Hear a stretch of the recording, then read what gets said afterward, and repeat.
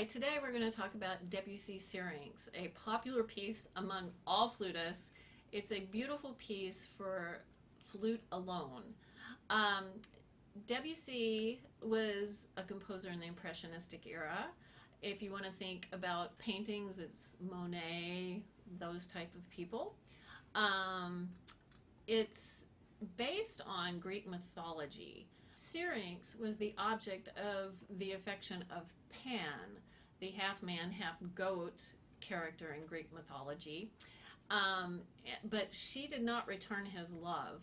And the story goes that she was trying to escape him and she turned herself into reeds in the water. And in his haste to find her, he chopped down the reeds and thus killed her. And so he was so sad about it that his lament, he wove the panpipes together and made the panpipes. And that's where we get that story. So here goes.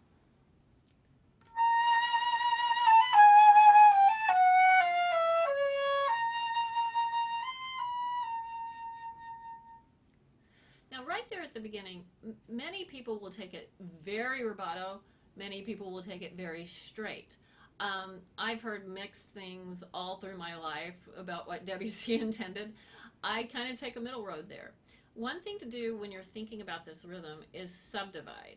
So when you're looking at that dotted eighth, think da da da da da da da da da da dee da dee da da da dee da da da. So that helps you count it. Also, you want to think about the taper on the B flat without going flat. So move that bottom lip forward and make the aperture a little bit smaller to accommodate the less air, but keeping it at the same speed. Going on.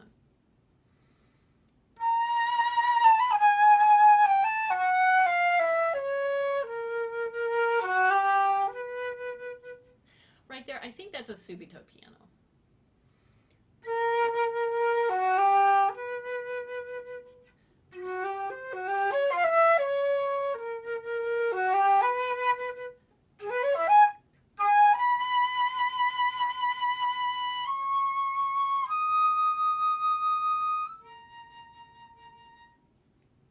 Now right there, in order to not be flat on that B flat, it's really hard to do that because you're coming from kind of a sharp note too.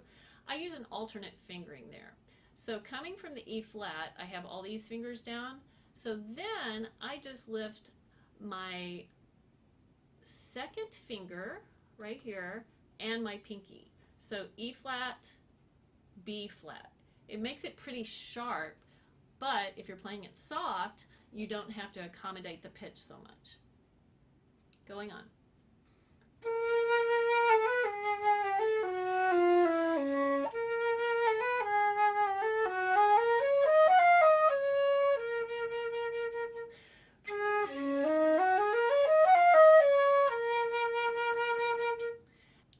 Now right there, when you go going from D to E flat, that's a slide. It helps to get skin oil on your pinky, and that helps slide.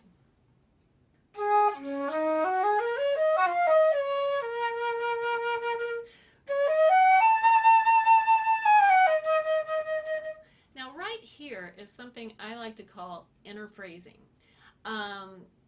Instead of thinking, let's say when you have a group of 16th notes, 1 E and a 2 E and a, 1 E and a 2, E and a 3, 1 and so 2 there and so 2 there.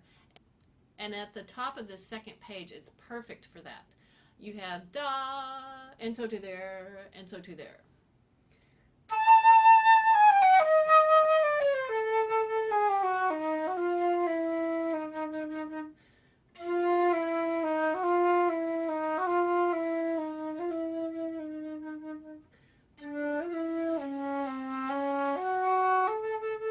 Now you'll notice I took a breath right before the rubato. That's okay.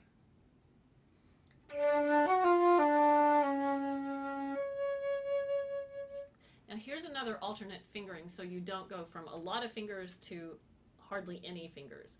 Just play the low D flat, then lift your first finger and it'll work out beautifully.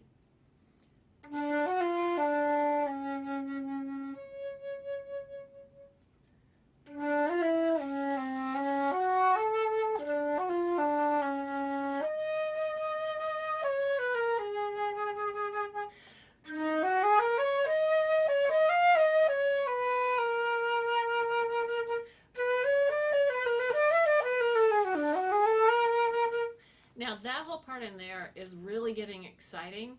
So just think of it one note at a time and give each note focus, and then it will sound totally clean. Okay, going on with these trills, make sure your first trill you finger E flat, go to D flat, and trill your second trill key.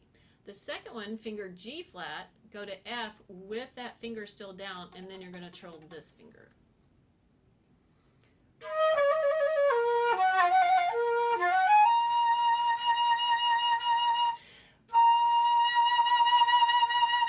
Now right there you notice that there's a whole beat added to the B flat motive from the beginning. So what I do to make that tie a little bit more important is to put a little bit of a spin of vibrato on it.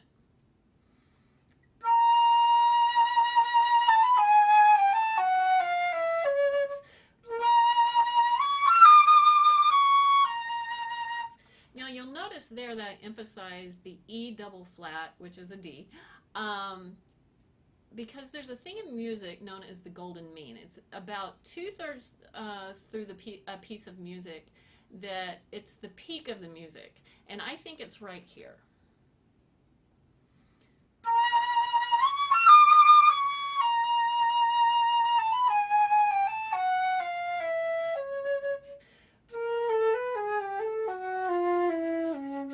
Now careful here that you don't get too slow.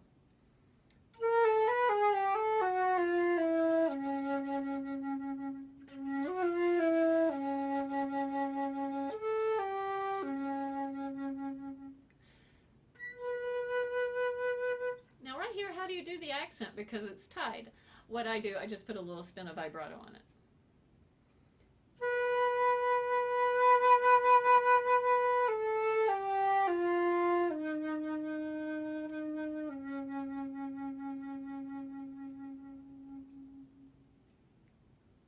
And again there at the end, move that bottom lip forward. So in this piece you can do lots of tone colors and use your imagination a lot. So have fun with it.